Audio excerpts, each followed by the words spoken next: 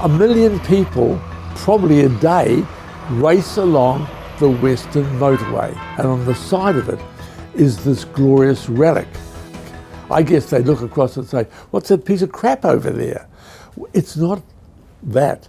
This is the restoration, a dream restoration of one of the most important pieces of transport in the history of Aotearoa, because this ferry carried millions of people from Auckland to Devonport, Devonport to Auckland.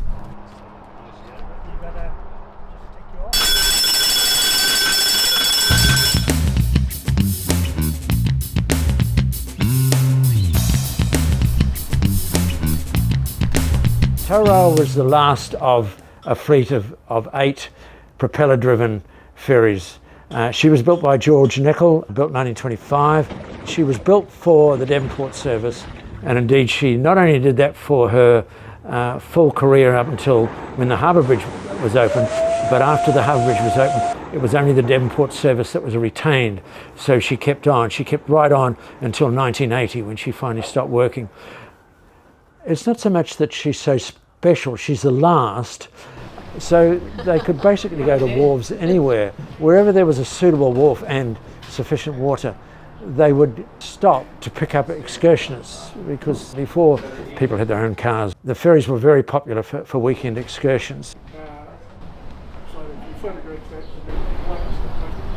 The crews on these ferries were not very big.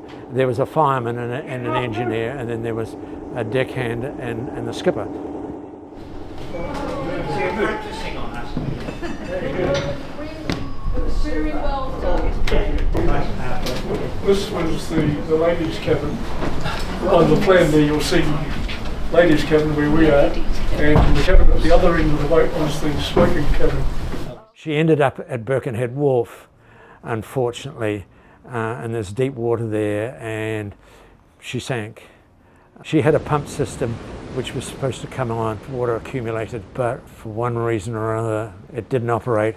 She suffered quite a lot of damage there. She was pumped out, and that's when she finally made her way up to the Henderson Creek, where she's been ever since.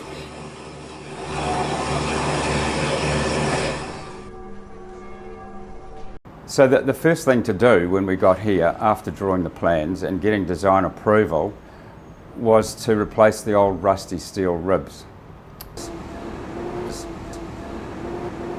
Would have been nice to start pulling planking off and make it all look pretty from outside, but the frame wouldn't allow that to happen. So now that the steelwork is virtually complete, we can start replanking, and then we'll be moving on to machinery installation and all the systems that go with that.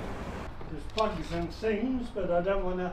And Peter McCurdy and his team of volunteers have done an extraordinary job, an absolutely Herculean effort, because that's what it takes to restore something as old as this and as beautiful as this.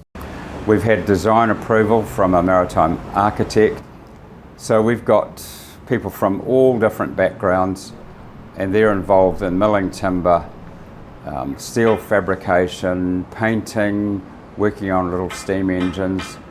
Any job that comes up to do with an old ship like this, people seem to be able to turn their hand to. I can't believe the variety of tasks.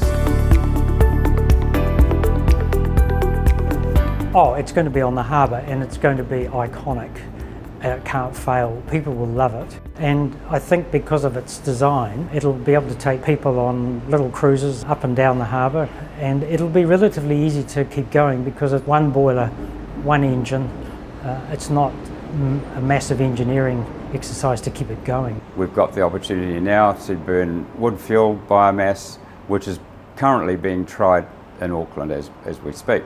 Possibilities for education on all sorts of things, marine life, technology, history of Auckland. It happens all around the world. There's other examples, so there's really no reason why it can't happen here. And that's what keeps me coming back here. But I believe for a tourism experience, you can't beat a big, steady, quiet platform slowly moseying around the harbour. This project needs ambassadors in the business sector, in the philanthropy sector, This project needs friends. It needs voluntary workers with skill, with ability, and it needs funding. And we need to do it now.